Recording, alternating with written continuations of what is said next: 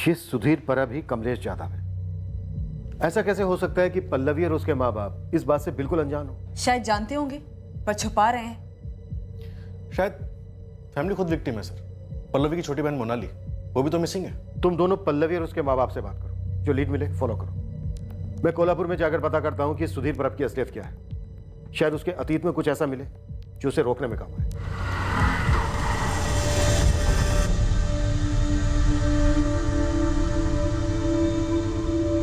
Inspector मिलन, मैं इस बात से वाकिफ हूँ, लेकिन मुझे ज्यादा फिक्र है उसके अगले शिकार की। अगर आप इस सुधीर परब का फोटो पब्लिक कर देंगे तो वो उसे अलर्ट कर देगा। पर रचना, रेड अलर्ट जारी नहीं करना उन लोगों के लिए खतरा बढ़ा देगा जो इस सीरियल किलर के अगले शिकार होंगे। इंस्पेक्टर मिलन, मैं गलत हो सकती हूँ, लेकिन मुझे लगता है कि आपको ये ऑपरेशन सीक्रेट रखना चाहिए। आपको अपनी पुलिस टीम्स और खबरियों को महाराष्ट्र के अलग अलग शहरों में भेजकर इस किलर के पास पहुंचना चाहिए। आप इसका फोटो पब्लिक कर देंगे तो वो शायद अंडरग्राउंड हो सकता है, और फिर पता नहीं वो कौन कौन से शहरों में जाके किन किन औरतों को अपना शिकार बनाए। बहुत शातिर आदमी है। ओके रचना, एक पॉइंट तक ये ऑपरेशन सीक्रेट रहेगा, पर ज्यादा देर नहीं। एक जगह कमलेश यादव, दूसरी जगह सुधीर परब, जहाँ से अरेस्ट हुआ था। पता नहीं किस नाम से ऑपरेट करता है। कोठों पर जाता है, कंस्ट्रक्शन साइट पे काम करता है। ऐसे जगह को टारगेट करो। एक शहर, एक कस्बा, एक गांव, कुछ नहीं बचना चाहिए। पुलिस वाले टारगेट टिप देने को रेडी है, बस खबर पक्की होनी चाहिए। 12 अक्टूबर को निकला था कमलेश, उसके बाद कभी लौटा ही नहीं। कोई फोन, कुछ भी नहीं सर। ये उसका तब का नंबर है। ये नंबर 12 अक्टूबर से बंद है? हाँ, मैंने सतारा पुलिस स्टेशन में भी यही नंबर दिया था। पाटिल सर, अक्टूबर 2016 में जो आपने कमलेश यादव के कॉल रिकॉर्ड्स और फोन की डिटेल्स निकलवाई थी, आप वो मुझे भेज दीजिए। ठीक है सुधा, मैं भिजवा दूंगा। मगर कमलेश यादव का फोन अक्टूबर 2016 से लेकर अभी तक स्विच ऑफ है। मैं ट्राई करता रहा। कोई बात नहीं सर, जैसा भी हम उसे ट्रैक कर लेंगे। मैं उस फोन का IMEI नंबर भेज रही हूँ जो कमलेश यादव अभी तक इस्तेमाल कर रहा था। मुझे इस फोन की पूरी डिटेल्स चाहिए अब तक की, अगर ये फोन किसी और नंबर से इस्तेमाल हुआ हो या हो रहा हो। 12 अक्टूबर 2016 को आपका पति कमलेश यादव गायब होता है और उसके ठीक 2 दिन बाद यानी 14 अक्टूबर को आपकी बहन और आप लोगों की बेटी मोनाली कुर्वेकर चिपलून जाती है नौकरी के लिए, और उसके बाद कभी नहीं दिखती। आप लोगों ने कभी दो और दो नहीं मिलाया? एक बार भी शक नहीं हुआ इस सब के पीछे कमलेश यादव हो सकता है? पहले तो हमको यही नहीं मालूम था कि कमलेश यादव गायब हुआ है, और 1 हफ्ते के बाद में पल्लवी ने हमको ये बताया। साहब, कमलेश मेरा पति है, ऐसे कैसे हम मान लें कि मोनाली कमलेश के कारण गायब हुई है? मोनाली तो आई बाबा को बोल कर गई थी कि वो नौकरी के लिए जा रही है।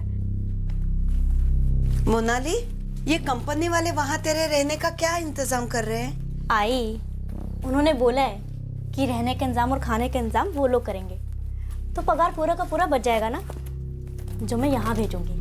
आज के जमाने में इतना सब कुछ। ये लोग अच्छे तो होंगे ना? मैं एक बार वहाँ जाके उन लोगों से मिल लूंगी तो तुझे फोन करके ना सब बता दूंगी। कोई नया बड़ा होटल था जिसमें उसे नौकरी लगी थी, और इस नए बड़े होटल का नाम तक नहीं पता आप लोगों को। मोनाली ने बताया ही नहीं हमको। ये बात आपको कभी खटकी नहीं? वैसे वाई पुलिस ने चिपलून के हर छोटे बड़े नए पुराने होटल्स में पूछताछ की थी। किसी भी होटल में किसी ने भी मोनाली कुर्वेकर का नाम तक नहीं सुना था।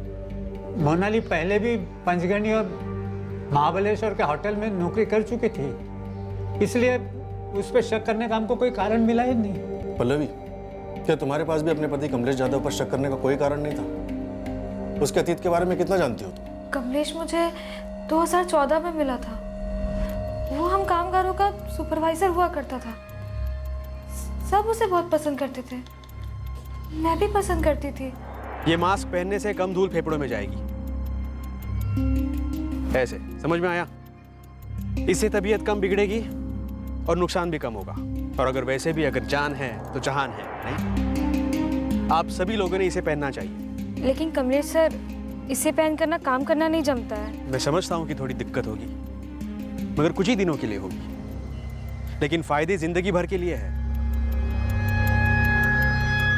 कोई कायदा नहीं है कि इसे पहनना ही पड़ेगा, लेकिन कुछ चीजें कायदों के परे होते हैं, इंसानों के लिए सही होते हैं। लो, इसे पहनकर काम करो, और जब आप शाम को घर लौटोगे तो देखोगे कि इसमें कितनी धूल जमी होगी जो आपके फेफड़ों में गई होती है। मुझे कमलेश से प्यार हो गया सर। वो मेरा ख्याल रखता था, मुझे उसकी ये बात सबसे अच्छी लगती थी, इसलिए शादी कर ली। हम शादी के खिलाफ थे साहब, हमारे मन में कुछ शंकाएं थी। उसने अपने बारे में कभी कुछ बताया नहीं। क्या नहीं बताया चंद्रकांत जी कि उसका असली नाम सुधीर परब था? वो कोल्हापुर में मैथिली खेड़ेकर नाम की औरत के कत्ल के जुर्म में गिरफ्तार हुआ था।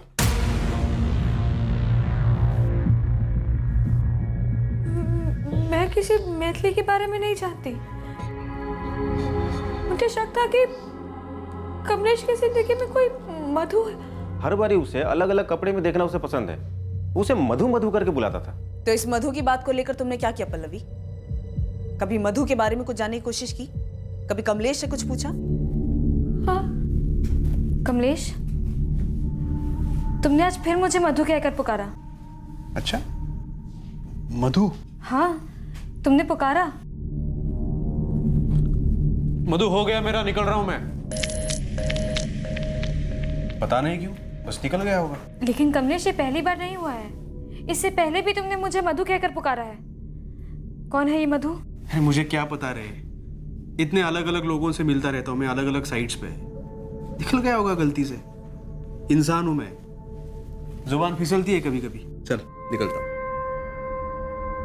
मुझे शक हो गया था कि कमलेश का किसी मधु के साथ चक्कर चल रहा है। मुझे लगा साइट पर कोई होगी ये मधु। मैंने अपने तरीके से साइट पे पता किया था, वहां कोई मधु नहीं थी। जब पल्लवी उस कमलेश को हमसे मिलाने लाई थी, हमने उसके माँ बाप के बारे में, उसके परिवार के बारे में पूछा। ठीक है, बचपन में तुम्हारे माँ बाप गुजर गए, लेकिन कमलेश, तुम्हारा कोई गांव तो होगा ना? किसी न किसी गांव में, कस्बे में कोई ना कोई रिश्तेदार तो होगा ही। अगर होगा भी तो मुझे कुछ याद नहीं है। इतने साल अकेला रहा हूँ, कुछ याद ही नहीं है बचपन के बारे में। लेकिन मेरे बाबा ने मेरे लिए काफ़ी कुछ छोड़ रखा था। उसी से मैंने अपनी इंजीनियरिंग कंप्लीट की, सब खुद किया मैंने। हाँ, कुछ रिश्तेदार थे ज़रूर, लेकिन उनका रिश्ता सिर्फ पैसों से था। लेकिन मैंने किसी को भी अपने करीब नहीं आने दिया। तो तुम्हारे बाबा क्या करते थे? बिल्डर थे। काफ़ी कुछ ज़मीनें छोड़ी है मेरे लिए, पुणे में, मुंबई में। ज़मीनें हैं पुणे में, मुंबई में, इंजीनियरिंग पढ़े हो और इस सब के बावजूद कामगारों के सुपरवाइजर बने। हाँ, क्योंकि बाबा ने जो छोड़ा है वो कहीं भागा तो नहीं जा रहा है। और वैसे भी मुझे लोगों के साथ काम करना बहुत अच्छा लगता है, उनके बीच रहकर काम करना बहुत अच्छा लगता है मुझे। पल्लवी बेटा, मैं घुमा के बात नहीं करूंगा, सीधे बोलूंगा। कमलेश ये आदमी मुझे टेढ़ा लग रहा है। वो कोई टेढ़े वेढ़े आदमी नहीं है, उन्हें वाकई लोग पसंद करते हैं। आप ना कभी साइट पर आके देखो, कमलेश की लोग बहुत इज्जत करते हैं। आई, उन्हें लोग सच्ची प्यार करते हैं क्योंकि वो दिल से लोगों की मदद करते हैं। ये सब बातें अपनी जगह पल्लवी, लेकिन जो आदमी अपने खानदान का नाम तक नहीं लेता, कहता है कि रिश्तेदारों को दूर कर दिया, ये क्या बात हुई? सबसे बैर तो नहीं हो सकता, जबकि वो कहता है कि उसे लोग पसंद है। आप लोगों ने उसे सही तरीके से नहीं देखा है। मैंने देखा है बाबा। हमने जिंदगी देखी है बेटा पल्लवी। मैं इस शादी को अपनी रजामंदी नहीं दे सकता। पल्लवी प्यार में अंधी हो गई थी, कमलेश से शादी कर ली, हमको अंधेरे में रखा और हमें तब बताया जब कमलेश इसे छोड़ के चला गया। इसलिए कमलेश के गायब होने में और मोनाली के गायब होने में कोई लेन देन है, ये हमें सूझा ही नहीं। मुझे अभी भी नहीं लगता कि कमलेश ऐसा कुछ कर सकता है। कैसा कुछ पल्लवी? क्या यकीन नहीं होता है कि तुम्हारा पति कमलेश मोनाली को भगा के ले गया है? वो तो हम भी नहीं कह रहे हैं, क्योंकि वो अभी साबित नहीं हुआ है। लेकिन कोल्हापुर में जो मर्डर हुआ है वो तुम्हारे पति कमलेश ने खुद कबूल किया है। तुम्हारा पति कमलेश दरअसल खूनी सुधीर परब है, जो कि शायद ये भी उसका असली नाम ना हो, और जो खून उसने किया है शायद वो खून भी उसका पहला खून ना हो। पल्लवी जाधव से हम सिर्फ ये जान पाए कि उसे और उसके परिवार को किस तरह कमलेश जाधव और सुधीर परब ने दगा दिया था। उसके सीरियल किलर होने की तरफ कोई इशारा नहीं मिल रहा था, पर कोल्हापुर से हमें इस केस के लिए एक मजबूत ठोस लीड मिलने वाली थी। पर क्या ये लीड हमें इस सीरियल किलर तक पहुंचाएगी, ये देखना बाकी है। सुधीर परब पुलिस कस्टडी से भाग गया, पर कैसे रमेश? हमारी तरफ से लापरवाही हुई थी सर। 19 जून 2013 को कोल्हापुर के पास जंगलों में मैथिली खेड़ेकर की लाश मिली थी।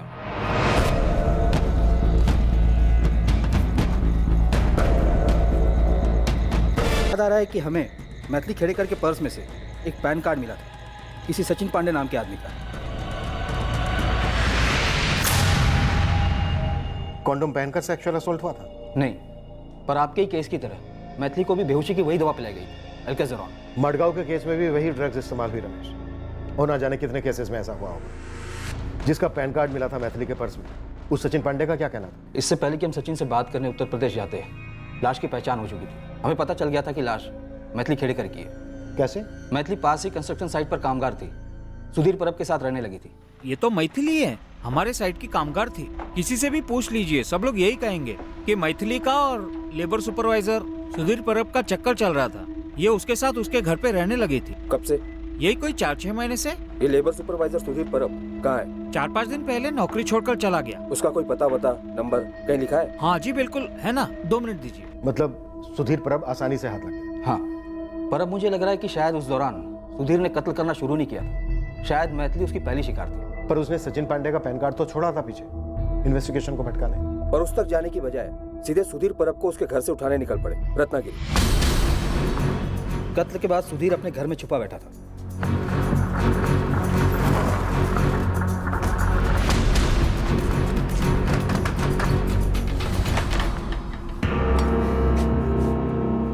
कोल्हापुर पुलिस सुधीर कुठे है? अंदर है वो। क्या बात है साहब? बुलाओ उसको। सुधीर, आएगा? पुलिस आई तेरे लिए कोल्हापुर से। क्या जाना साहब? अरे शर्ट कहाँ पहन रहा है? अभी तो तेरी पैंट भी उतरेगी लॉकअप में। लेकिन मैंने किया क्या है? अब क्या किया इसने साहब? अच्छा तालमेल है पति पत्नी का। पति पूछता है क्या किया, और पत्नी बोलती है अब क्या किया। यूं साला थे। मत मारो साहब, मत मारो, मत मारो। मैं बोलता हूँ। बोलेगा? बोलूंगा। उठाओ इसे।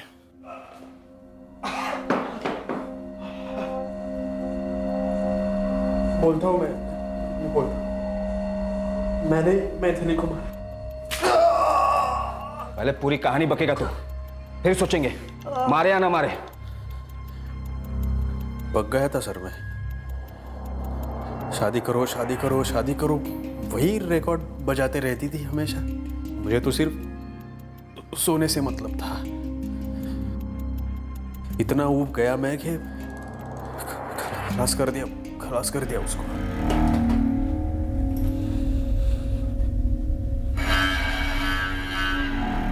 चार महीने से ऊपर हो गए, 2 हफ्ते में करने वाले थे।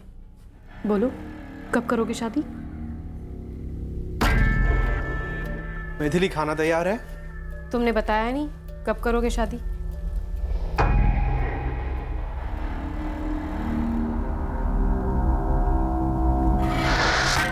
पहले ये बताओ शादी कब करेंगे हम? हाथ भी नहीं लगाने देती थी मुझे। शादी करो वही रिकॉर्ड बजाते रहती थी। फिर एक दिन मैं बोला उसे, रुक आज ही करते हैं शादी। लेके गया मैं उसे तब जंगल में। हाँ,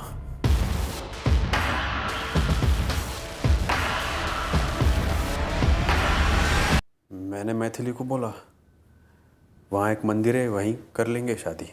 और फिर उसे अल्केज़ोरान पिला दिया, बेहोश कर दिया। मुझे शादी नहीं करनी थी उससे। इस दवा के बारे में कैसे पता चला तुझे? मेरी आई बीमार रहती थी, डॉक्टर ने बोला था ये दवा पिलाओ, दर्द कम होगा, नींद भी अच्छी लगेगी। तो मैथिली को भी दे दी मैंने ये।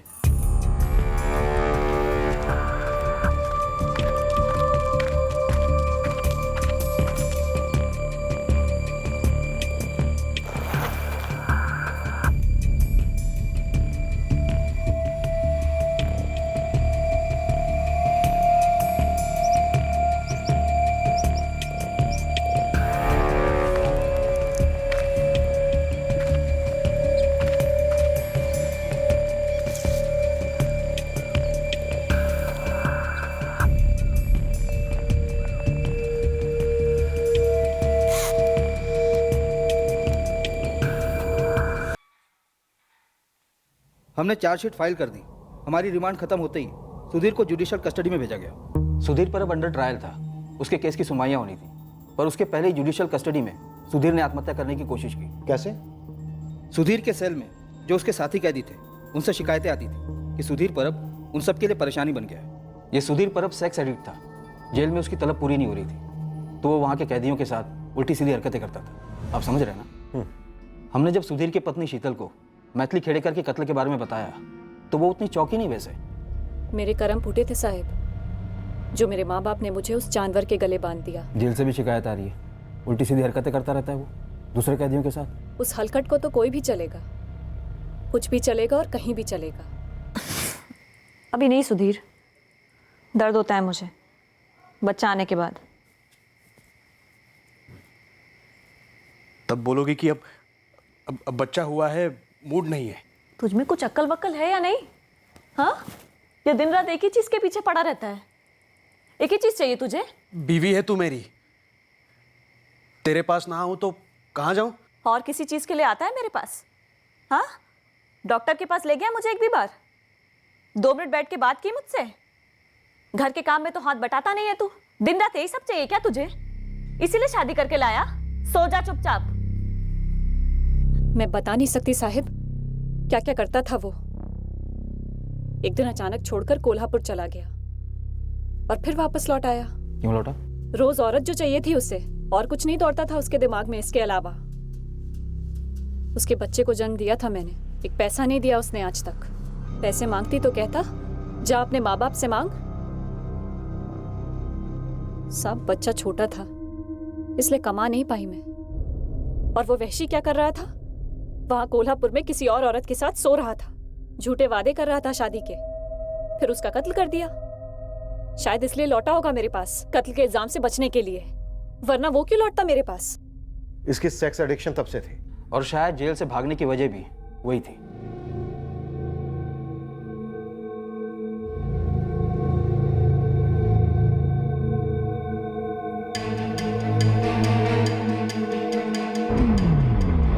यह हमें बाद में समझ में आया।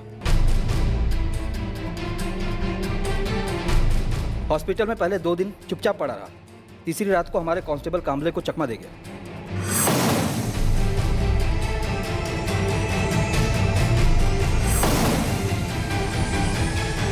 कांस्टेबल कामले को बेहोश कर दिया था। हाँ, कांस्टेबल कामले को तुरंत सस्पेंड कर दिया गया और सुधीर के लिए लुकआउट नोटिस जारी किया गया। ये सुधीर परब सतारा जाकर कमलेश यादव बन जाता है, और मडगांव में पता नहीं क्या बना होगा, और हमारे नासिक में क्या। पर तब हमें बिल्कुल भनक नहीं लगी कि ये आदमी सीरियल किलर बन सकता है। यही तो मार खाते हैं। ऑलरेडी एक मर्डर में फरार कातिल ऐसा जुर्म दोबारा कर सकता है, सोसाइटी के लिए कितना बड़ा खतरा बन सकता है। इस पॉसिबिलिटी को, इस गंभीरता को समझते ही नहीं। विनीत, तुम रत्नागिरी के लिए निकलो, इस सुधीर परब की पत्नी शीतल को ले आओ। अभी निकलता हूँ सर। सदा कमलेश यादव की साली मोनाली कुर्वेकर के केस पर काम कर रही है। शायद मोनाली का भी मर्डर हो गया। बिल्कुल हो सकता है। हमें जल्द से जल्द ये पता लगाना है कि ये सीरियल किलर इस वक्त कहाँ हो सकता है। मैडम, यहाँ मुंबई के कामाठीपुरा के कोठों पर भी ये कमलेश यादव उर्फ सुधीर परब बैठता था, और यहाँ भी सेम नौटंकी, बार बार हाथ धोना और मधु मधु करना। पर क्या ये पता चला कि वो इस वक्त कहाँ है? कोई लीड मिली? मैडम, कंस्ट्रक्शन साइट थोक के भाव से है। मैंने अपने कई बंदों को एक एक साइट पे भेजा है। वैसे एक बात थी मैडम। हाँ बोल। पूरे चांसेस हैं कि मुंबई में भी इसने ऐसे ही रेप और मर्डर किए हों, तो एक बार इसके डिटेल्स को मुंबई के थानों में घुमवाइए। वो हम कर चुके हैं, तू अपना काम कर। हमें कोई लीड चाहिए कि वो इस वक्त कहाँ हो सकता है। आई सजेस्ट कि आप अपनी सर्च पुणे पे फोकस कीजिए। तुम उसकी सोच को ट्रैक कर रही हो? हाँ, एक हद तक, कि वो क्या सोच रहा होगा कि आप उसको कैसे ट्रैक करोगे। अगर हम उसका पैटर्न फॉलो करें तो वो कंस्ट्रक्शन साइट पे काम करता है। वो जानता है कि शायद आप उसको ढूंढ रहे हो, तो इसीलिए नासिक में मर्डर के बाद वो नासिक तो नहीं जाएगा, ना ही वो कोल्हापुर, सतारा या फिर गोवा जाएगा। चिपळूण तो वो बिल्कुल नहीं जाएगा। और नागपुर में मनोज महात्रे का वॉलेट चुराने के बाद वो नागपुर भी नहीं जाएगा। पुणे, यहाँ पर कंस्ट्रक्शन फुल स्विंग में है, इसलिए चांसेस है कि वो पुणे जा सकते हैं। गुरु खबरी को पुणे भेजो, उससे कहो कि वो वहां की अपनी टीम से कांटेक्ट करें। पुणे की क्राइम ब्रांच यूनिट 3 के अनुज भोसले से बात करो। पुणे की हर कंस्ट्रक्शन साइट स्कैन करो, पर चुपचाप। Okay sir.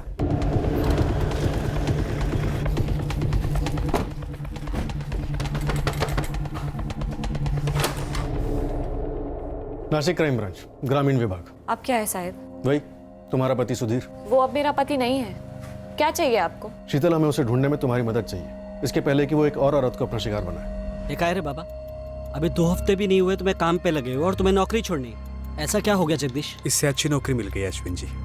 जगदीश, ये नौकरी भी तो काफी अच्छी है। इसके लिए मुझे अपने सेठ लोगों से बात करनी पड़ी, उन्हें मनाना पड़ा, और अब तो वो लोग भी तुम्हारे काम से बहुत खुश हैं। मैं नई नौकरी में ज्यादा खुश रहूंगा अश्विन जी।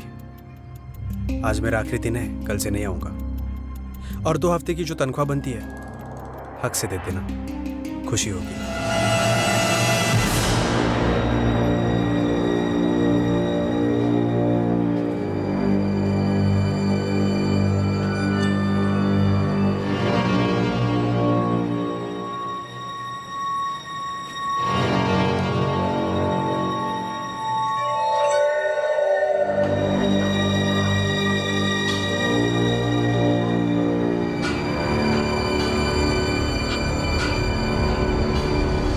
इसे तो तुम जानती हो, कोल्हापुर में इसकी लाश मिली थी 2013 में। गोवा मडगांव 2014। इस औरत की अभी तक पहचान नहीं हो पाई है। ये मोनाली कुर्वेकर चिपलून से गायब हुई। इसकी बड़ी बहन पल्लवी से शादी की सुधीर ने, कमलेश यादव बन के, सतारा में। पहले वो गायब हुआ, उसके 2 दिन के बाद मोनाली गायब हुई। हमें शक है सुधीर ने उसके साथ कुछ किया होगा, लेकिन हमारे पास कोई ठोस सबूत नहीं है। मैं सुधीर को कभी पहचान नहीं पाई साहब। उस लीचड़ आदमी के साथ मेरा सिर्फ इतना ताल्लुक था कि मैं बदकिस्मती से उसकी पत्नी थी, और यही मेरी सबसे बड़ी गलती थी। जब पुलिस उसे पकड़ कर ले गई, उसके बाद मैं उससे कभी नहीं मिली। जब वो जेल से भाग गया, पुलिस आई थी पूछताछ करने, तब भी मैंने यही कहा था, और आज भी मैं यही कह रही हूँ साहब कि मैं सुधीर के बारे में कुछ नहीं जानती, सच में। शीतल, अगर सुधीर के बारे में कोई कुछ जानता है और बता सकता है तो वो सिर्फ तुम हो। सुधीर की माँ यहाँ रहती थी, जो 2012 में गुजर गई। उससे ज्यादा और कुछ नहीं जानती मैं। हम उसे पुणे में ढूंढ रहे हैं। वहां उसका कोई दोस्त या रिश्तेदार हो सकता है, कोई अंदाजा है तुम्हें? मैं क्या अंदाजा लगाऊं साहब, सुधीर को कभी मैं पहचान ही नहीं पाई। बस इतना जानती थी कि उस आदमी में हवस भरी पड़ी थी, लेकिन वो इतनी औरतों का खून कर देगा, ये कभी नहीं सोचा था मैंने। हाँ, भगवान से इस बात का शुक्रिया अदा करती हूँ कि उसने मुझे नहीं मार डाला। किसी मधु को जानती हो तुम? मधु? मधु? कौन मधु? मैं तो पहले दिन से बोल रहा था, इस कमलेश पर भरोसा नहीं किया जा सकता। शुक्र है पल्लवी, उसने तुझे छोड़ दिया। कहीं हमारी मोनाली उसके चुंगल में तो नहीं फंसी। इस आदमी की मानसिक कंडीशन की सच्चाई क्या है? ये कुछ औरतों को मारता है और कुछ औरतों को छोड़ देता है, लेकिन ये जिन औरतों को मारता है, क्यों मारता है, ये मुझे जानना है, समझना है और उससे पूछना है आमने सामने बैठकर। पर मेरी स्टडी कहती है कि ये सिर्फ उन औरतों को मारता होगा जो इसके सामने सरेंडर नहीं करती। इसलिए इसने अपनी दूसरी पत्नी पल्लवी को नहीं मारा, जिससे इसने कमलेश यादव बनकर शादी की थी। पर इसने मैथिली खेड़ेकर को भी मार डाला, जो अपनी मर्जी से इसके साथ रह रही थी। हाँ, लेकिन शादी के लिए भी प्रेशर डाल रही थी ना। इस आदमी को किसी रिश्ते में बंधना पसंद नहीं है। मैथिली को भी किसी बहाने से, शादी के बहाने से जंगल लेकर गया होगा और फिर मार दिया होगा। और ये गोवा वाले केस में और ये आपके नासिक वाले केस में, इसमें भी यही हुआ होगा या फिर कुछ और। ये तो वही बताएगा इन दोनों केसेस में क्या हुआ। पूरा पुणे खंगाला जा रहा है उसकी तलाश में। सब पूरे चांसेस हैं कि आपको मोनाली की लाश वाई और चिपलून के बीच में मिलेगी। हो सकता है कि इसने मोनाली को नौकरी का झांसा दिया हो, या फिर किसी और बहाने से, मंदिर के बहाने से ये इसको वाई और चिपलून के बीच में किसी सुनसान जगह पे ले गया हो और वहाँ मार दिया होगा।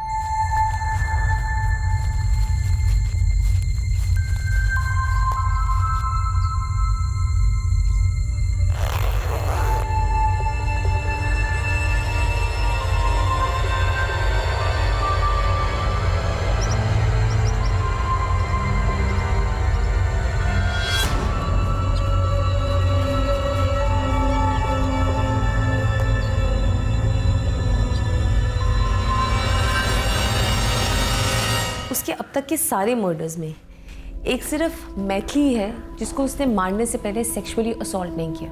और मैथिली को मारने का रीज़न ये था कि वो उसके साथ किसी बंधन में बंधना नहीं चाहता था। वो कोई इमोशनल रिलेशन नहीं चाहता। एक बार उसकी फिजिकल नीड पूरी हो जाती है, उसके बाद वो औरत उसके लिए मायने खो देती है।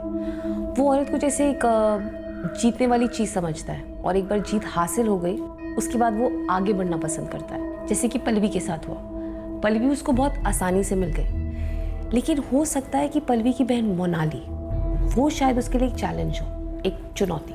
तो पल्लवी और उसके परिवार को कभी पता ही नहीं लगा होगा कि ये सुधीर उर्फ कमलेश उनकी बेटी मोनाली पर घात लगाए हुए था।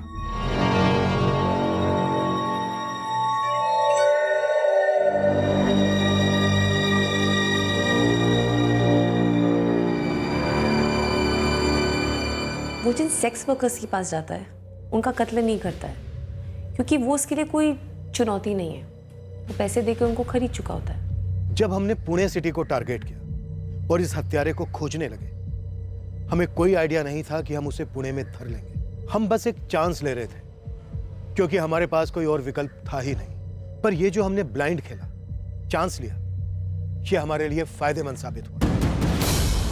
हाँ, बैठिए मैं इसके साथ। इसके बारे में जो भी पता है सब बता। बहुत खतरनाक है ये। खतरनाक नहीं तो हाँ, सन की जरूर है, 1 नंबर का सन की। सनकी ने 1 नहीं 2 नहीं कई औरतों का मर्डर किया। क्या बात कर रहा है? हाँ, मेरे को तो ये ऐसा टाइम पास लगा था।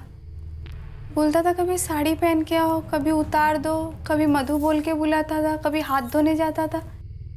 एकदम अजीब था। इसका कोई मोबाइल नंबर या घर का पता? इतना किसके पास टाइम है? और कस्टमर से उसके घर का पता कौन पूछता है? तू आखिरी बार इसके साथ कब बैठी थी? 1 सप्ताह हो गया रहेगा। इसने मर्डर किया है। साहब बुधवार पेट और पुणे के सारे कोठों पर अपने बंदे भेज रखे हैं। वो इसलिए कि ये पता लगा सकें कि आज रात ये बंदा वहां गया है या नहीं। बढ़िया गुरु। कंस्ट्रक्शन साइट्स की क्या खबर है? कल सुबह से 2 टीमें लगने वाली हैं। सर, मैंने पुणे में अरुण सर को अलर्ट कर दिया। उन्होंने कहा है कि पुणे से अभी ऐसा कोई केस रिपोर्ट नहीं हुआ है। मतलब सर, वो अभी अपने अगले शिकार की तरफ टूट नहीं पड़ा है। हम उससे पहले उसे गिरफ्तार कर सकते हैं। हम भी पुणे के लिए निकलते हैं।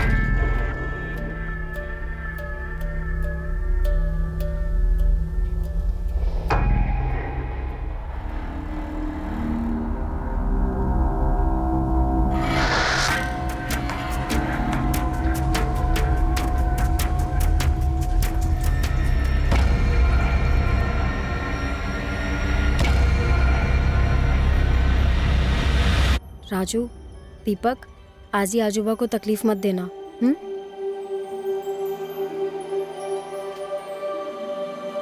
पहुंच के फोन करूंगी बाबा। बेटा संभल के जाना है।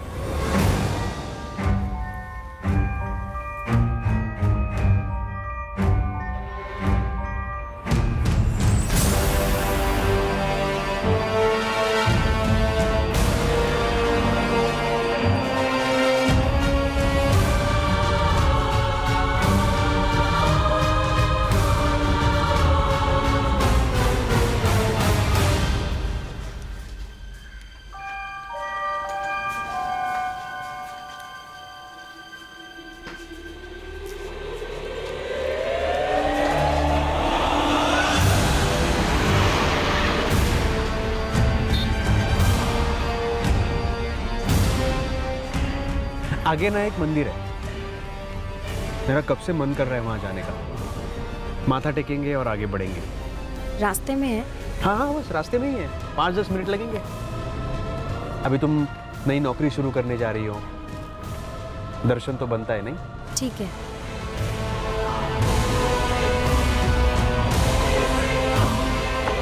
The number you have called is currently switched off.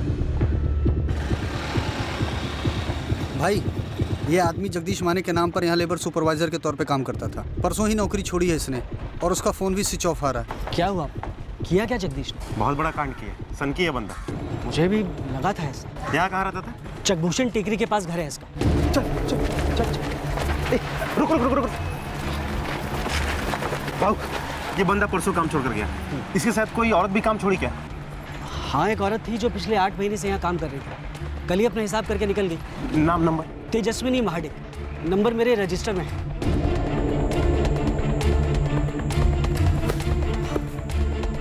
Jagdish, और कितना दूर है? बस यही है। 10 मिनट में पहुंच ही जाएंगे। तब तक ये ठंडा पी लो।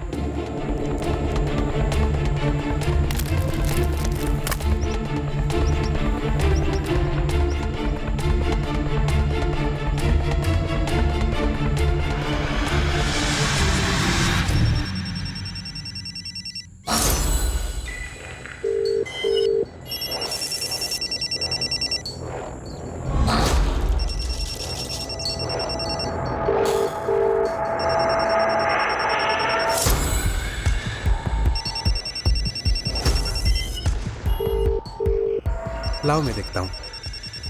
ये अचानक इतनी नींद क्यों आ रही है? धूप की वजह से आ रही होगी। तेजस्विनी फोन नहीं उठा रही है। उसके घर का एड्रेस भी है मेरे पास। जल्दी तो जल्दी। अब इस तेजस्विनी का फोन स्विच ऑफ है। हाँ सर, मैं तेजस्विनी के घर ही जा रहा हूँ और 2 बंदे को खूनी के घर भेजा है। हम आधे घंटे में पुणे पहुंच रहे हैं। तुम जल्द से जल्द तेजस्विनी के घर पहुंचो। तुरंत मुझसे कांटेक्ट करो।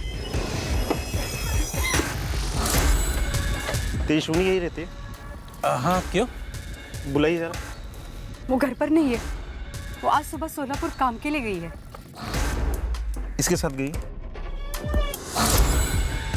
नहीं, हम तो नहीं जानते इसको। हाँ, तेजस्विनी कह रही थी उसका कोई सुपरवाइजर है जगदीश माने करके, उसने एक अच्छी नौकरी दिलवाई है उसे। तेजस्विनी का और भी कोई नंबर जो अभी है उसके अलावा कोई नंबर? नहीं, उसका एक ही नंबर है।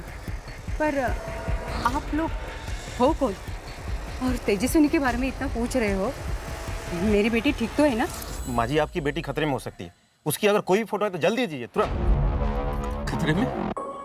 किस खतरे में है मेरी बेटी? सर देर हो गई। सन की तेजस्विनी को लेकर सोलापुर निकल गया। कैसे निकली? तेजस्विनी की माँ बता रही थी बस से।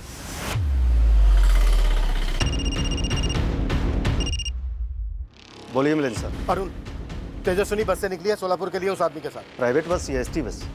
कुछ और डिटेल है? नहीं है, पर मुझे लगता है एसटी बस से निकले हो। सर हमारे इधर 2 डिपो हैं एसटी बस के। पहला पुणे स्टेशन पे, दूसरा शिवाजी नगर स्टेशन पे। मैं पता करता हूँ कि सोलापुर के लिए कौन कौन सी बसें निकली।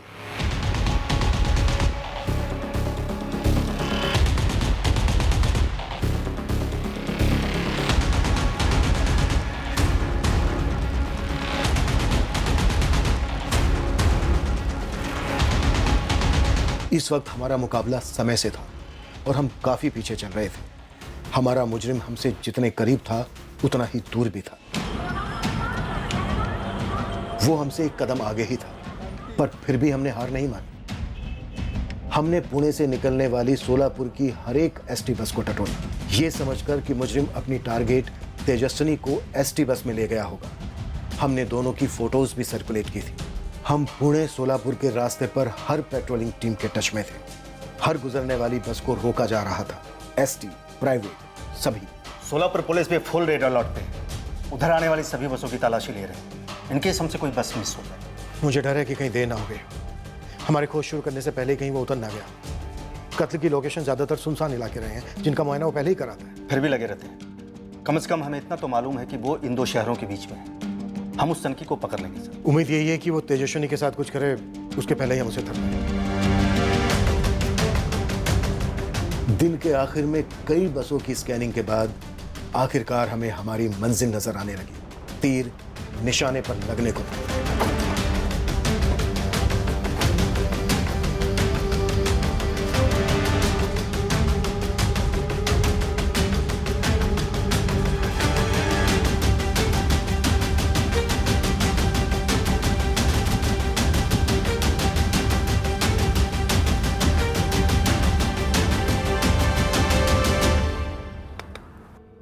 चल उधर नीचे धर।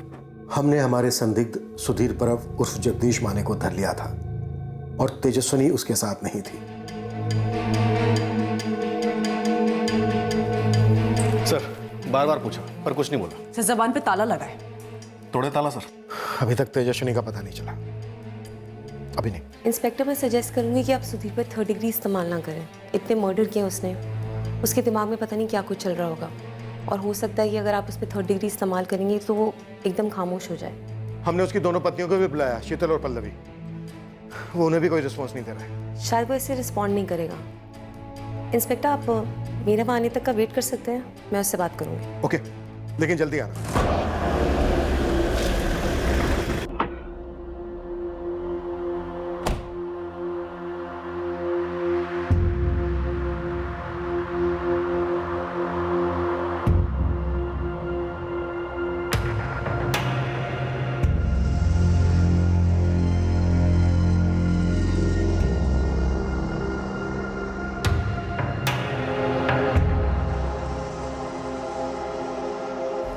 ये औरतें आसानी से हाथ नहीं आ रही थी, है ना? तुम्हें 24 घंटे यही ख्याल रहता, यही सोचते रहते कि इनको पाना है, छूना है, इनके साथ सोना है, लेकिन इनको बता नहीं सकते कि ऐसा ऐसा है। सर तेजस्विनी की लाश मिल गई। कहाँ? पूना से लगभग 50 किलोमीटर दूर, सोलापुर की तरफ, जंगल इलाके में।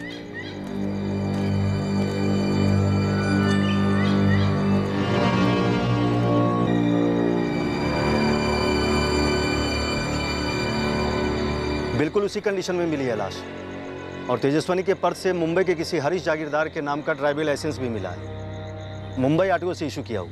लाश को पोस्टमार्टम के लिए भेज दिया गया सर। उनके हाथ भी वही फाइंडिंग्स लगेंगी जो पहले के केसेस में मिली। तेजस्विनी की लाश मिली। लेट हो गया। काफी। पता करना होगा इससे कि नासिक और मडगांव की वो दोनों औरतें कौन थी। बोलेगा, ये जरूर बोलेगा। सुधीर, एक खबर है तुम्हारे लिए। मधु आई है तुमसे मिलने।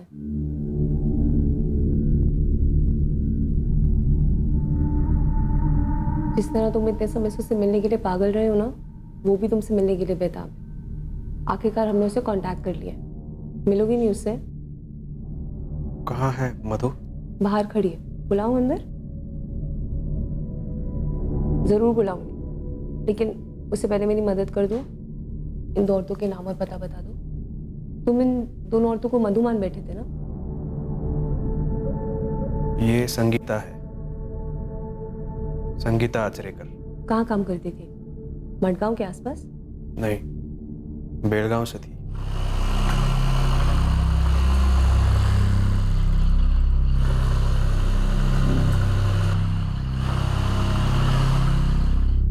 इस संगीता को तुम बेलगांव से मडगांव लेके आए थे किसी नौकरी के बहाने?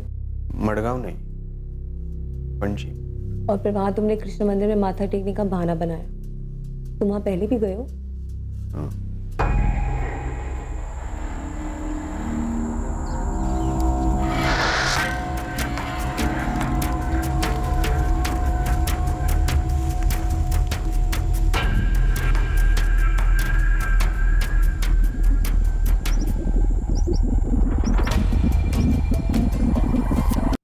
और ये कौन है? मधु। मधु कहाँ है? कहाँ है मधु? सुधीर, बस तुम मुझे ये बता दो कि ये औरत कौन है, फिर मैं मधु को अंदर बुलाती हूँ। वो भी काफी समय से तुम्हें मिलने के लिए इंतजार कर रही है। ये वैष्णवी है, वैष्णवी परदेशी। और तुम इसे नासिक कहाँ से लेके आए थे? सूरत से। ये किसी कंस्ट्रक्शन साइट पे काम करती थी?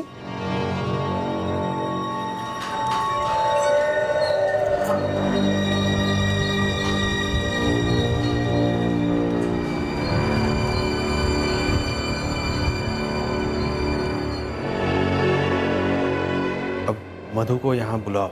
बस एक और सवाल। तुम्हारी दूसरी बीवी पल्लवी, उसकी छोटी बहन मोनाली, उसको क्यों मार डाला? लाश कहाँ है? हमने वाई और चिपलिन के बीच का चपा चपा छाना, लेकिन लाश नहीं मिली।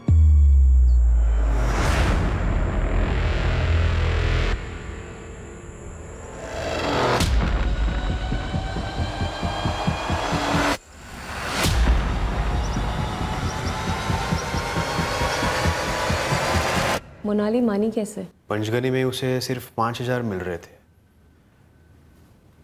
मैं बोला चिपलुन में 12,000 मिलेंगे, रहने खाने का अलग से।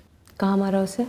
महाड़ के पास। तुम उन जगहों को पहले वीडियो में उतारते थे, वीडियो रिकॉर्डिंग करते थे। कारण क्या था उन्हें मारने का? क्या दुश्मनी थी उन औरतों के साथ? मधु कहाँ है? क्या तुम इन औरतों को पहले अप्रोच करते थे और ये तुम्हारे साथ सोने से मना कर देती थी, इसलिए तुम इनकी ड्रिंक में बेहोशी की दवाई मिलाते थे, कॉन्डोम यूज़ करते थे और इनके साथ सेक्स करते थे और फिर इनका कत्ल कर देते थे? सुधीर, तेजस्विनी को मारने के लिए तुमने इसको इस्तेमाल किया, बाकी सबके मर्डर्स के लिए भी तुमने चाकू का इस्तेमाल किया।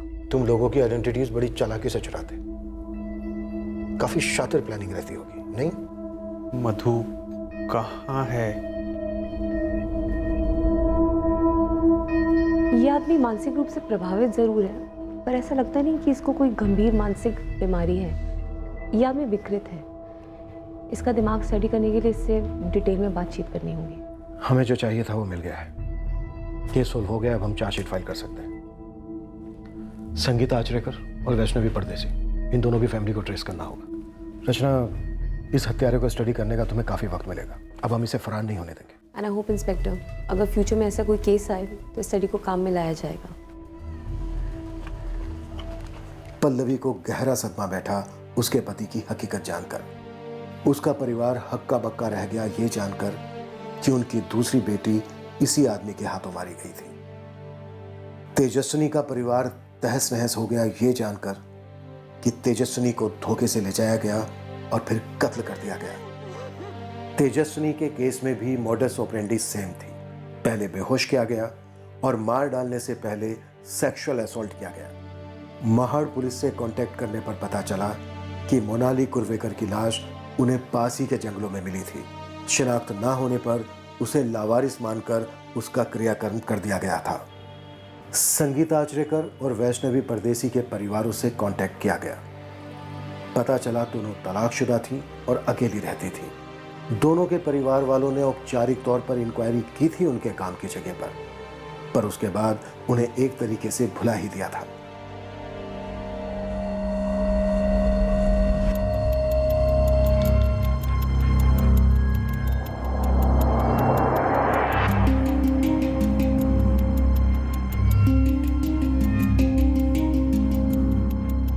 सुधीर, मधु कौन है? हमें अब तक नहीं मालूम मधु कौन है, जिसके बारे में विजय बार बार जिक्र करता रहता है। संगीता आचरेकर के लिए वो पीटर गोम्स बना, पल्लवी और उसके परिवार के लिए वो कमलेश जाधव बना, सूरत की वैष्णवी परदेसी के लिए वो विजय शिंदे था, तेजस्विनी उसे जगदीश माने के नाम से जानती थी, शीतल और मैथिली खेड़ेकर के लिए वो सुधीर परब था। साइकेट्रिक एग्जामिनेशन के बाद डॉक्टर्स इस नतीजे पर पहुंचे कि इस आदमी को कोई मनोवैज्ञानिक बीमारी नहीं थी। ये मानसिक रूप से काफी सक्षम था अपने गुनाहों को प्लान कर अंजाम देने के लिए। पता चला ये केवल ओवरसेक्स्ड यानी अति कामुक इंसान है। जो औरतें इसकी पहल को ठुकराती या इस पर किसी तरह का दबाव डालती या जिन पर यह काबू नहीं कर पाता तो ये उनका रेप और कत्ल कर देता। और चूंकि एक बारी उसकी मॉडस ऑपरेंडी काम कर गई थी, वो बार बार यही भयंकर जुर्म दोहराता रहा। ब्रोकन विंडो थ्योरी, कभी भी किसी केस को अनसुलझा या अधूरा नहीं छोड़ना चाहिए। सुधीर परब का हॉस्पिटल से फरार होना छोटी बात नहीं थी। उसका इस कदर पीछा होना चाहिए था कि वो अपने अगले शिकार संगीता आचरेकर तक पहुंचने से पहले ही गिरफ्तार होता। संगीता का केस अनसुलझा रहा, मोनाली का केस अनसुलझा रहा, कमलेश जाधव का गायब होना भी पूरे जोश के साथ इन्वेस्टिगेट किया जाना चाहिए था। शायद वैष्णवी परदेसी का केस होता ही नहीं, तेजस्विनी का केस तो होना ही नहीं चाहिए था। अब हम पूरी ताकत से लड़ेंगे सुधीर परब को कड़ी से कड़ी सजा दिलवाने के लिए। फिर मिलेंगे अगले हफ्ते क्राइम पेट्रोल सतर्क में। जय हिंद।